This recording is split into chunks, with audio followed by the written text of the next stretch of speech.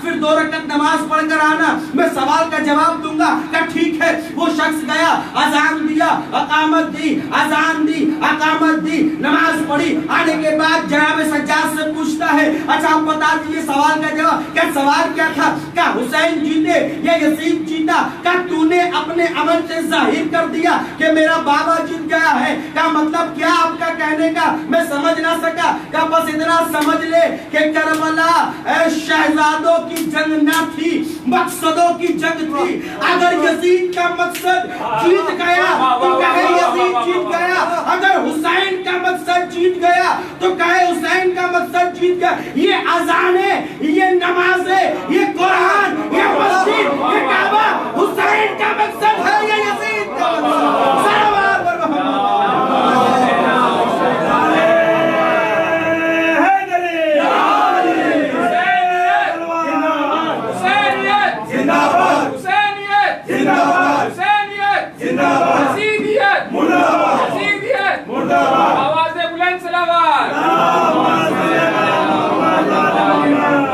یہ حسین کا مقصد ہے یا یزید کا مقصد؟ جب دربار شام میں لے جایا گیا مولا سجاد کو، بس میں فائدہ بتانا چاہتا ہوں، دربار شام میں جناب سجاد کو لے جایا گیا، جناب سجاد پیڑیوں میں جکڑے ہوئے کھڑے ہیں۔ یہی تو کمال ہے آل محمد کی ذات کا۔ اگر فضائل کے اعتبار سے پڑھے تو فضیلت ہے، اگر مسائل کے اعتبار سے پڑھے تو مصیبت ہے۔ بیڑیوں میں جکڑے ہوئے ہیں، خطیب تیار ہے حسین کے خلاف جملہ کہنے کو۔ کھڑا ہوا، یزید نے اجازت دی، میری تعریف کر، بتا میں کون ہوں۔ سارے زمانے کو بتا دیا گیا یہ کون۔ جناب سجاد نے کہا ہوگا ہم جانتے ہیں تیری اصلیت کیا ہے، ہم جانتے ہیں کون ہے تو۔ جب ساری چیزیں ختم ہو گئی جناب سجاد نے کہا اجازت ہے کہ میں اس لکڑی کے منبر پر جا سکوں، اس لکڑی کے زینے پر، اس لکڑی کے زینے پر میں جا سکوں۔ میں جناب سجاد کی خدمت میں دستے عجب ادب جوڑ کر کہوں گا مولا گستاخی معاف ہو، یہ لکڑی کے زینوں کو بولنے کے بجائے آپ کہہ دیتے ہیں منبر پہ میں جا سکتا ہوں، میں منبر پہ جانے کی اجازت مانگتا ہوں۔ عجب نہیں میرا مولا صاحب جواب دے کہ نادان جانتا نہیں، جہاں ذکر اہل بیت ہوتی ہے وہ جگہ منبر ہوتی ہے، جہاں اہل بیت کے خلاف بکا جائے وہ لکڑی کے زینوں کے علاوہ اور کچھ نہ ہوتا۔ یاد رکھ یاد رکھ یاد رکھ، غدیر میں وہ کجاووں کا منبر رسول نے بنایا ہے، دراصل تو کجاوے تھے لیکن علی کے فضائل ہو گئے تو منبر بن گیا۔ یہ لکڑی کا منبر تھا، اگر اہل بیت کے خلاف بولا گیا تو منبر سے عزت گر کر لکڑی کا زینہ بن جایا کرتا ہے۔ صلوات پر محمد۔ مولا نے کہا جیسے ہی مولا نے زبانیں کھولی، یزید نے کہا کہ ان کی زبانیں خاموش کی جائیں، اگر یہ بول اٹھے تو ظاہر سی بات ہے سارا جو ہے وہ مقصد ان کا سامنے آ جائے گا۔ اب مولا نے بولنا شروع کیا، میں حسین کا بیٹا ہوں، میں مدینہ مکہ کا بیٹا ہوں، میں کعبہ کا بیٹا ہوں، میں مینا کا بیٹا ہوں۔ اب ساری تعریفیں میں مولا نے بیان کی، پورا خطبہ میں آپ کے سامنے نہیں رکھنا چاہتا، لیکن ہاں جیسے ہی خطرہ لاحق ہوا یزید نے کہا کہ ان کی زبانیں خاموش کرنے کے لیے بس ایک ذریعہ ہے گا، کیا؟ کہا کہ انہیں خاموش کرانا ہے تو مؤذن سے کہو آذان دے۔ اب جیسے ہی مؤذن گزشتہ آذان پر جا کر آذان کہتا ہے، اللہ اکبر کہنا شروع کیا، مولا خاموش ہو گئے۔ جیسا ہی اشہدو ان محمد رسول اللہ کا وقت آیا ویسا ہی مولا بول اٹھے، خاموش ہو جا مؤذن، یہ بتا یزید یہ تیرے نانا کا نام ہے کہ میرے نانا کا نام؟ یہ تیرے نانا کا نام ہے یہ میرے نانا کا نام؟ یہ اکبر اللہ اکبر اشہد ان محمد رسول اللہ یہ باقی رہ جائے، یہ تیرا مقصد تھا، یہ میرے بابا کا مقصد تھا۔ یہ قرآن کی آوازیں باقی رہ جائے، یہ تیرا مقصد تھا کہ میرے نانا کا مقصد تھا۔ اگر یہ تیرا مقصد تھا تو اعلان کر کہ تو جیت گیا، اگر یہ میرے بابا کا مقصد ہے تو اعلان کر رسول کا نواسہ جیت گیا۔ صلوات میں محمد۔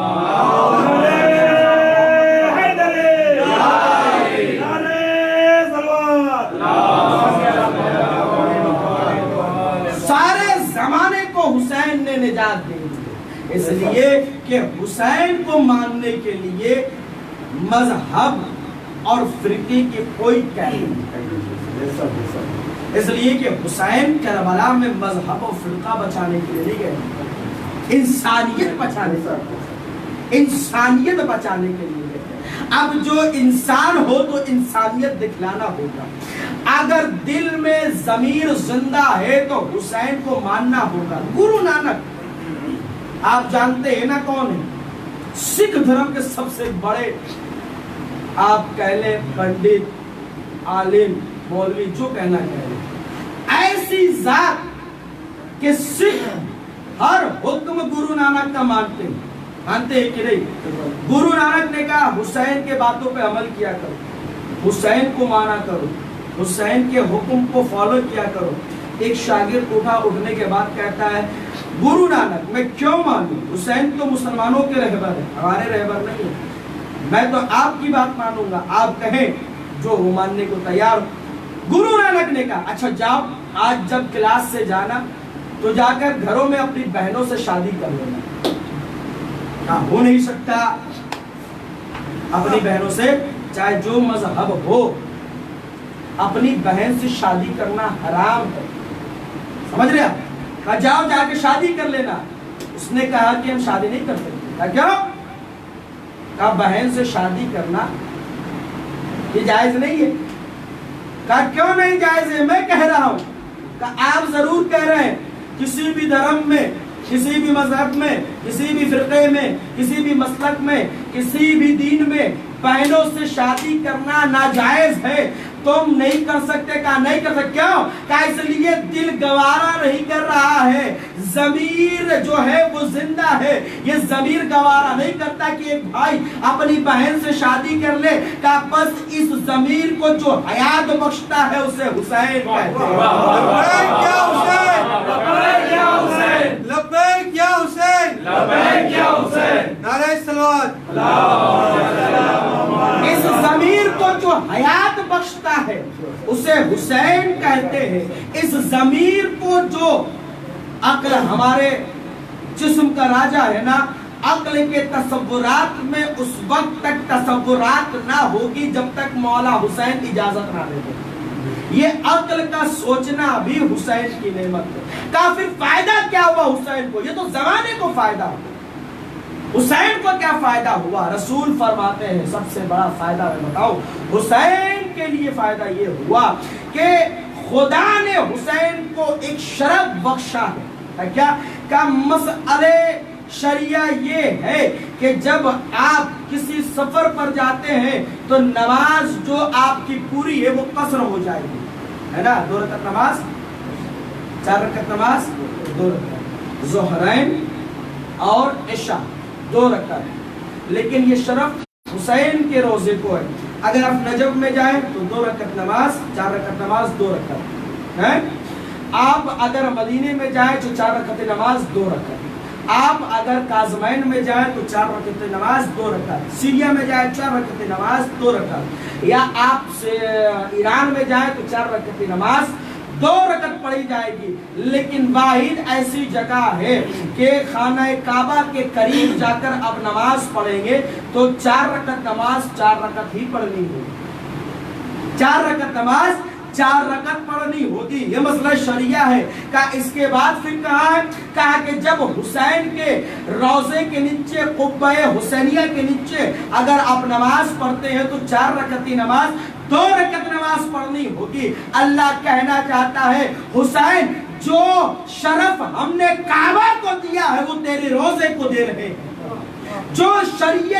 جو شریعت میں اہمیت کعبہ کو ہے وہ ہم تجھے دے رہے ہیں۔ یاد رکھنا کسی زمین کی اتنی حیثیت نہیں ہے کہ اس کی اتنی عظمت ہو کہ خدا کے گھر کے مقابلے آ جائے، بس تیری عظمت ہے۔ اے میرے خدا اتنی عظمتیں کیوں؟ کہ اس لیے کعبہ کعبہ نہ ہوتا اگر کربلا نہ ہوتی۔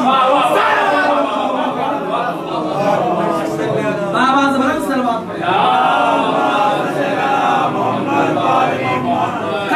کعبہ نہ ہوتا اگر کربلا نہ ہوتی۔ دوسرا فائدہ سن لے، جناب رسول خدا کہتے ہیں اگر کوئی انسان، اللہ اگر کسی کو کسی سے زیادہ محبت عطا کرتا ہے نا، امام جعفر صادق علیہ السلام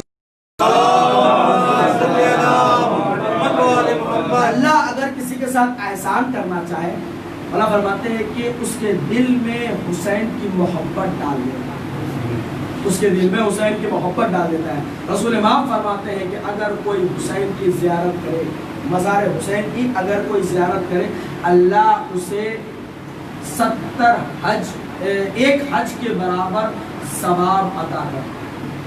کتنے حج؟ ایک حج کے برابر۔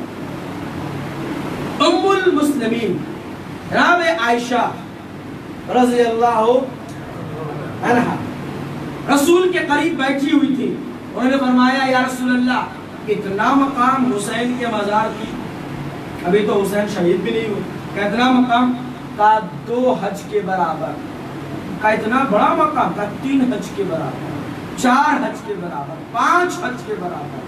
جیسے ہی ام المؤمنین زبان بولتی ہیں ویسے ہی رسول حج کا ثواب بڑھاتے جاتے ہیں۔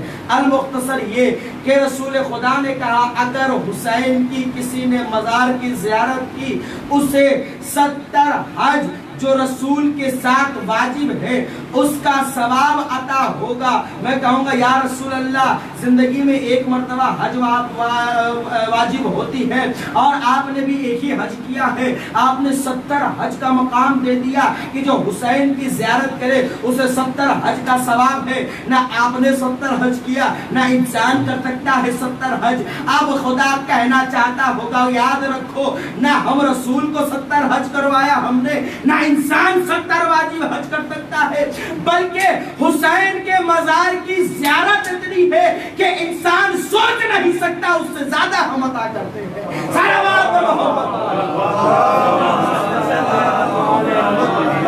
انسان سوچ نہیں سکتا، اس سے زیادہ اس سے عطا کرتے ہیں۔ اب یہ بات علامہ آپ نے ایران کے سب سے بڑے عالم دین شاید کہ جواد عاملی صاحب جو ہے اس چیز کے فکر مند تھے کہ حسین کی زیارت کے لیے 70 حج کا ثواب، اگر ایسی بات کہا کہ چلو امام سے پوچھتے ہیں، امام زمانہ جل اللہ تعالیٰ فرج شریف۔ اب وہ عبادت کرنے کے لیے جنگل کی طرف گئے۔ اب جب عبادتیں کی مولا امام زمانہ ان سے ملاقات کرنے کے لیے آئے، اور جب مولا کو دیکھا، جلدی اس واقعے کو میں آپ آزاد خدمت پیش کروں، جب مولا کو دیکھا کہ مولا آپ کہاں بلایا تھا بھی آ گئے، کہا اچھا بتائیے کہ سوال کیا ہے، سوال کیا ہے؟ تو مولا بہتر جانتے ہیں، کہا اب تم کشمکش میں ہو کہ حسین کی زیارت کے لیے 70 حج کا ثواب ملتا ہے، آخر یہ کیسے، آخر خدا اتنا دینا کیوں چاہتا ہے؟ کہا بس ایک سوال پوچھنا چاہتا ہے۔ کہا ایک شہر ہے، مثال سنیے، ایک شہر ہے، ایک بادشاہ اپنی فوج کے ساتھ نکلا جنگل میں شکار کے لیے، فوج کے ساتھ شکار کرنے کے لیے دور نکل گیا، شکار کرتے ہوئے راستہ بھول گیا۔ اب وہ بھٹکتے ہوئے جنگل کے ایسے مقام پر پہنچ گیا، نہ پانی ہے، نہ کھانے کو اناج ہے، نہ کوئی پھل ہے، نہ کوئی سبزی ہے۔ اب جب اسے پیاس لگی تو ہر طرف پانی تلاش کر رہا ہے، ٹھیک ہے۔ جب پانی تلاش کرتے کرتے ایک ایسے مقام پر پہنچا جہاں ایک ضعیفہ کا ایک جھوپڑا ہے، غریب ہے بیچاری، اس مقام تک پہنچا، دق الباب کیا، اس نے کہا کہ گھر میں کوئی ہے، ضعیفہ باہر نکلی، کہا کیا بات ہے؟ کہا یہ بتاؤ کہ پینے کے لیے کچھ ہے، پینے کے لیے کچھ ہے؟ کہا کچھ نہیں ہے، ایک قطرہ آب نہیں ہے۔ کہا کچھ پلا دو ورنہ میں مر جاؤں گا۔ کہا اچھا ٹھیک ہے، ایک بکری ہے، اس کا دودھ نکالتی ہوں، آپ کو دیتی ہوں، آپ پی لیجیے، پیاس بجھ جائے گی، ٹھیک ہے۔ گلاس میں دودھ پیا، پیاس ختم۔ گیا راستہ ڈھونڈنے کے لیے، تلاش کرنے کے لیے، جب راستہ تلاش کرنے کے لیے جاتا ہے اسے بھوک لگ گئی، پھر واپس پلٹ کر اس ضعیفہ کے مقام پر آتا ہے، اور آنے کے بعد دق الباب کہتا ہے وہی ضعیفہ باہر نکل گیا، کیا ہے؟ ابھی تو دودھ دیا آپ کو بکری کا، آپ کی پیاس بجھ گئی، اب کیا کہا؟ بھوک لگی، بھوک لگی ہے، کچھ کھانے کو کچھ نہیں ہے، کچھ کھانے کو نہیں ہے۔ پھر کا ایک بکری ہے کہ جس کا دودھ پلایا، اگر آپ کو پسند ہے تو ذبح کر کر کباب بنا دیتی ہوں، کھا لیجیے، کباب بنا دیتی ہوں، کھا لیجیے۔ کا پورا سرمایہ تو تمہارا یہی ہے، اس کا دودھ بھی پلا دیا، کباب بھی کھلا دیا۔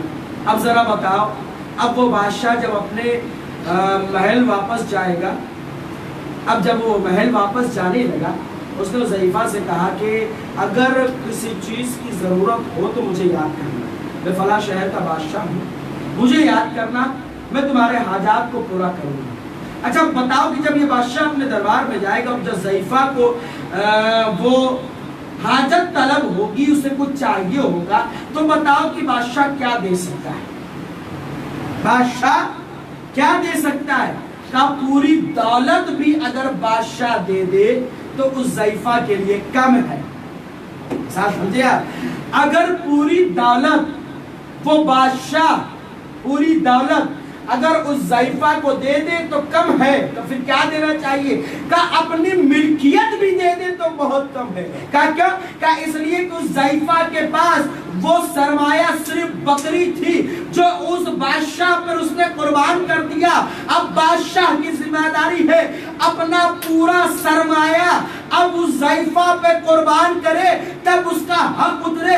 کہ بس یہی بات یاد رکھو، حسین کے پاس فقط حسین کا گھرانہ، حسین کا سرمایہ تھا، سارا گھرانہ خدا پر قربان کر دیا۔ اب خدا کی ذمہ داری ہے کہ حسین پر اپنا سارا سرمایہ صلوات پر محمد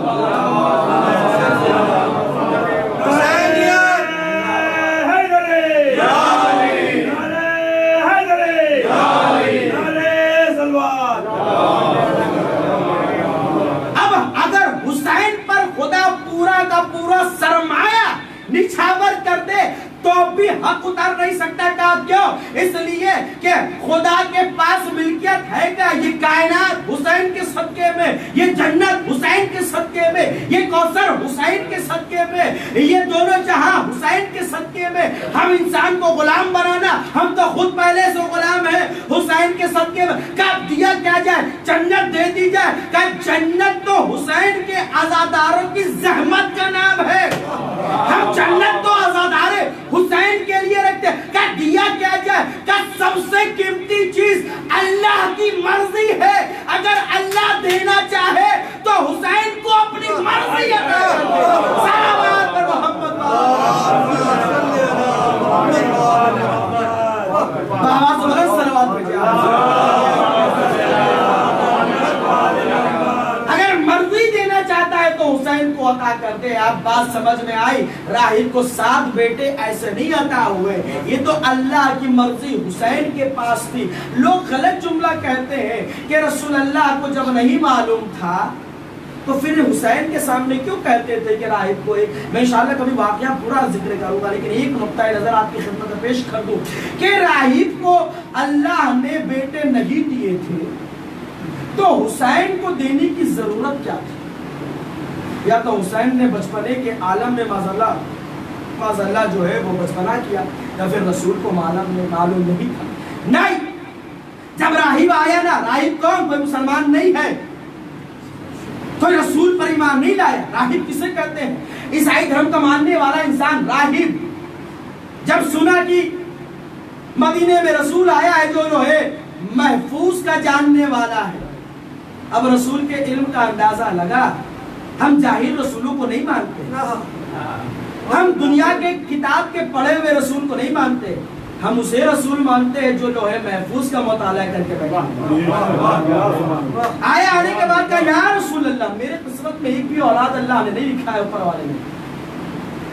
لوح محفوظ کا مطالعہ کیا، دیکھا ایک بھی اولاد نہیں، کہا تیرے قسمت میں اولاد نہیں۔ حسین نظر آ گئے، کہا کون؟ کہا راہب، اداس کیوں ہے؟ کہا میرے قسمت میں کوئی اولاد نہیں۔ کہا نانا سے ماننا، کہا نانا نے بھی کہا کوئی اولاد نہیں۔ کہا چل، کہا کہاں لے جا رہے؟ کہا کل کو کائنات یہ نہ لکھ دے کہ رسول کے دروازے سے کوئی خالی گزر گیا۔ رسول کی عظمت بھی بچانی ہے، حسین کا اختیار بھی دیکھنا ہے۔ رسول نے کہا میرے بچے ایک بھی اولاد نہیں، کہا ایک اولاد عطا کرتا۔ میرے بچے ایک اولاد نہیں، کہا 2، کہا ایک بھی نہیں 3، کہا ایک بھی نہیں 4، کہا ایک بھی نہیں 5۔ مسئلہ 7 تک پہنچا، جبریل نازل ہوئے، رسول زبان تو روک لیجئے، قیامت تک منع کرتے رہ گئے، اولادیں عطا کرتے چلے جائیں گے، کہیں مقام ایسا آئے گا کہ پوری دنیا راہب کی اولاد بن جائے گی۔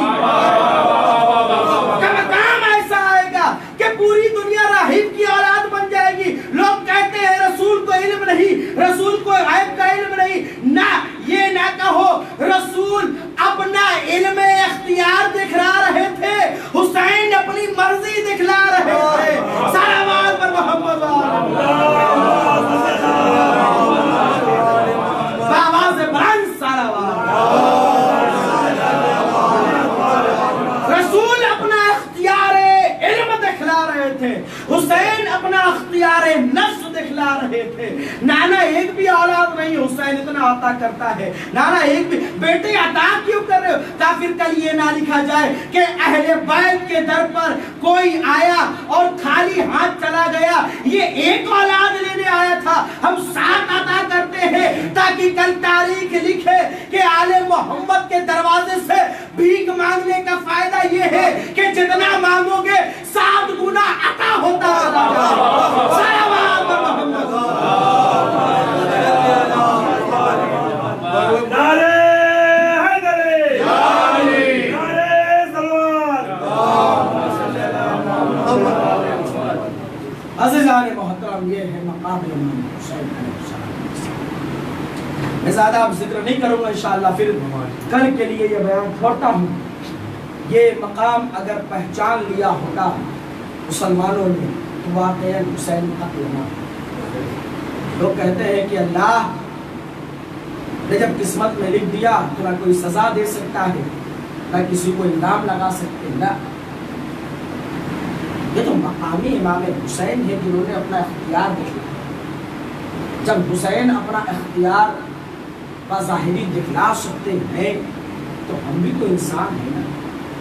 حسین نے کوئی اعجاز نہیں دکھلایا کربلا میں، اعجاز تو منع تھا دکھلانا۔ حسین اگر کہہ دیتے تو مدینے سے کربلا تک فرشتوں کا قطار لگ جاتا، پھر کون مقابلہ کر سکتا ہے فرشتوں کا؟ جنگ بدر میں 1000 فرشتوں کا لوگ مقابلہ نہ کر سکے، رسول کے ساتھ 1000 فرشتے تھے کہ نہیں؟ 313 کے بعد 313 مسلمان تھے، جہاں دیکھیں وہاں مسلمان، جہاں دیکھیں سورہ انفال کی آیت ہے کہ فرشتوں کے قطار لگ رہے تھے۔ جب اس کا مقابلہ وہاں نہ کر سکے، 10 گنا زیادہ اگر فرشتے کربلا میں آ کر حسین کے ساتھ ہو جاتے تو کیا مقابلہ؟ چھوڑے وہ ساری باتیں، جعفر جن اگر تلوار لے کر کھڑے ہو جاتے، ساری باتیں چھوڑے، امام حسین جناب عباس کو اگر ایک تلوار ہی دے دیتے، ہمیں جس کی نگاہوں کا عالم یہ ہے، میں انشاءاللہ بیان کروں گا جناب عباس کے طرف، جن کی نگاہوں کا عالم یہ ہے کہ فوج ٹھہر جائے، ان کے وار کا کیا عالم ہوگا، ان کے وار کا کیا عالم ہوگا۔ لیکن حسین نے کہا کوئی اجازت نہیں دکھلانا۔ جب بھی مولا عباس تلوار اٹھاتے تھے کہا کربلا عزادارو 2 محرم آ چکی ہے۔ جب یہ کربلا میں کافرہ پہنچا ہے نا، حسین کے عزب بوفا نے اپنے آپ کو ٹھہرا۔ حسین نے پوچھا کون سا مقام ہے؟ کسی نے بہت سارے نام لیے، نینوا ہے، یہ سب بہت سارے نام لیے۔ ایک نے کہا مولا اسے کربلا دے، اجرکم اللہ، خدا ہمیں کوئی غم نہ دے سوائے مولا اسے کربلا کہتے ہیں۔ حسین کہتے ہیں بس مقام آ گیا۔ اب مقام آ گیا جہاں حسین کو انتظار۔ حسین نے قافلہ روکا، دریا کے کنارے ٹھہرانا چاہیے۔ حسین نے کہا جاؤ اس دشت بلا کا مالک کون ہے؟ لوگوں نے کہا بنی اسد خالی کرا۔ حسین نے 60,000 دینار میں دشت بلا کو خرید لیا۔ جب دشت بلا خرید لی گئی نا، لوگوں نے کہا مولا آپ کی زمین ہے، ساری کائنات آپ کے صدقے میں خلق کی ہے، آپ ساری کائنات کے مالک ہیں، اس زمین کی اجرت کی۔ یا پھر تاریخ یہ نہ لکھے کہ حسین نے کسی کی زمین پر قبضہ کیا۔ ہم یہاں پر خیمے لگانے نہیں آئے ہیں، ہم یہاں پر قیامت تک کے لیے بسنے آئے ہیں۔ زمین خرید لی گئی، سودا طے ہو گیا۔ جیسے ہی سودا طے ہوا، حسین نے خیمے میں بیٹھ کر حکم جاری کیا جاؤ بنی اسد کے مردوں کو ڈھونڈنا۔ بنی اسد کے مرد حضرات جب حسین کی خدمت میں کہا مولا کیا بات؟ کہا دیکھو ہم اس زمین پر بسنے نہیں آئے، بلکہ 10 محرم کو ہمیں قتل کر دیا جائے گا، ہمیں بے گور و کفن ہمارے لاشیں کو چھوڑ دیا جائے گا، نہ کوئی دفن کرنے والا ہوگا نہ کوئی غسل دینے والا ہوگا۔ اگر اپنی زندگی کے مصروفیات سے فرصت ملے تو آ جانا زہرا کے غریب کو دفن کر دینا۔ اجرکم اللہ، زہرا کے غریب کو دفن کر دینا۔ کہا جاؤ اپنی عورتوں کو بھیجو۔ باحیا عورتیں آئی حسین کی خدمت میں، مولا آپ نے ہمیں کیوں طلب کیا، عورتوں سے کیا کام ہے؟ کہا مولا ہمیں کیا حکم دینا چاہتے ہیں؟ مولا نے فرمایا اگر تمہارے مرد یزید کے ڈر سے گھروں میں چھپ کر بیٹھ جائیں، پانی بھرنے کے بہانے آنا اور ہمارے بے گور و کفن لاشوں کو دفن کر دینا۔ عورتیں چلی گئی، کہا جاؤ بچوں کو بھیج دو۔ کہا مولا بچے کو کیوں؟ بچے تو کھیلنے کودنے کے سن ہوا کرتے ہیں۔ کہا مولا ان سے بھی کچھ باتیں کرنا چاہتے ہیں۔ چھوٹے چھوٹے بچے، روایت سنیں، چھوٹے چھوٹے بچے حسین کی خدمت میں آئے۔ کسی کے ہاتھوں میں مٹی کا کھلونا تھا، کسی کے ہاتھوں میں قیمتی کھلونا تھا، کوئی کھانے کا سامان لیے ہوئے تھا۔ اے مولا آپ نے ہمیں کیوں طلب کیا؟ مولا فرماتے ہیں اگر تمہارے والدین ظالم کے ڈر سے گھروں میں چھپ کر بیٹھ جائے، اے میرے بچوں، ارے فرات کے طرف کھیلنے کے بہانے آنا، ارے ایک مٹھی خاک ہمارے بے گور و کفن لاشوں پہ ڈال دینا تاکہ زہرا کا لال بے گور و کفن زمین میں نہ پڑا رہے۔ اجرکم اللہ، خدا کوئی غم نہ دے سوائے غم حسین کے۔ خیمے لگائے گئے، خیموں کو نصب کیا گیا، رات آ گئی، حسین نے سب کو لیا، ہر سپاہ کو لیتے ہیں، ہر صحابی کو لیتے ہیں، اصحاب کو لیتے ہیں، کہتے ہیں جون دیکھو یہ تمہارا قتل گاہ ہے، یا تمہیں قتل کیا جائے گا، حبیب یہ تمہارے قتل، یہ تمہارے شہید ہونے کی جگہ ہے، جون یہ تمہارے شہید ہونے کی جگہ ہے، باب کلبی یہ تمہارے شہید ہونے کی جگہ ہے، اکبر یہ تمہارے شہید ہونے کی جگہ ہے، قاسم یہ تمہارے شہید ہونے کی جگہ ہے۔ ایک اصحاب تھے کہ جنہوں نے غور سے امام کی باتیں نہیں سنی، بلکہ مولا نے کہا اے میرے بھائی تمہیں کیا ہو گیا؟ تمہارا مولا تم سے ہم کلام ہے، تمہاری توجہات کس طرف ہے؟ مولا میں آپ کی باتوں پر متوجہ ہو نہ سکا، مجھے معاف کر دیجیے گا۔ کیا سوچ رہے ہو؟ مولا تصورات بھی آپ کی اجازت سے آتے ہیں، لیکن مولا کوئی کبھی بھی ہے جو پشت خیمہ پر اس طریقے سے رو رہی ہے جیسے کوئی جوان میت پر ایک غریب ماں روتی ہے۔ حسین نے کہا خبردار، تعجب نہ کرنا، وہ میری ماں فاطمہ زہرا ہے جو مدینے میں نہیں بلکہ اب کربلا میں آ کر میرے ساتھ اور میرے قتل پر رو رہی ہے، جسے پتا ہے کہ جس کا بیٹا 3 دن کا بھوکا و پیاسا کربلا کے میدان میں دفن کر دیا جائے گا۔ انا للہ و انا الیہ راجعون۔ رضن بقضائہ و تسلیما للقبر۔ پروردگار عالم تجھے واسطہ ہے محمد آل محمد کا، ہماری اس مختصر سی عبادت کو قبول فرما۔ اے میرے مالک تجھے واسطہ ہے محمد اور آل محمد کا، ہمیں توفیق دے کہ ہم غریبوں اور لاچاروں کی مدد کرتے ہیں۔ اے میرے مولا تجھے واسطہ ہے محمد اور آل محمد کا، ہماری دعاؤں کو قبول فرما۔ اے میرے خدا ہمارے گناہ صغیرہ اور کبیرہ کو معاف کرنا۔ اے میرے مولا جو بھی انسان مزار حسین کی زیارت کا مشتاق ہے اسے جلد از جلد مزار حسین کی زیارت نصیب فرما۔ اے میرے خدا تجھے واسطہ ہے محمد و آل محمد کا، ہمارے والدین کا سایہ ہمارے سر پر، ہمارے والدین کو مرتبانی عطا فرما۔ اے میرے مالک ہم جن کے والدین اس دنیا سے گزر گئے ہیں ان کی ارواح کو جوار علمہ میں جگہ عنایت فرما۔ اے میرے مولا جن لوگوں نے حسین کے مقصد کو مکمل کرنے کے لیے اور اسے منزل تکمیل تک پہنچانے کے لیے جس طریقے سے جن لوگوں نے اس کار خیر میں حصہ لیا ہے، پروردگار عالم ان کے تمام حاجات کو مکمل فرما۔ اے میرے خدا تجھے واسطہ ہے محمد و آل محمد کا، ہمارے علماء کا سایہ ہمارے سر پر باقی فرما، ہمارے امام کے زمین میں تاجر فرما، ہمیں اور آپ کو کی مدد فرما۔ ربنا تقبل منا انك انت السميع العليم۔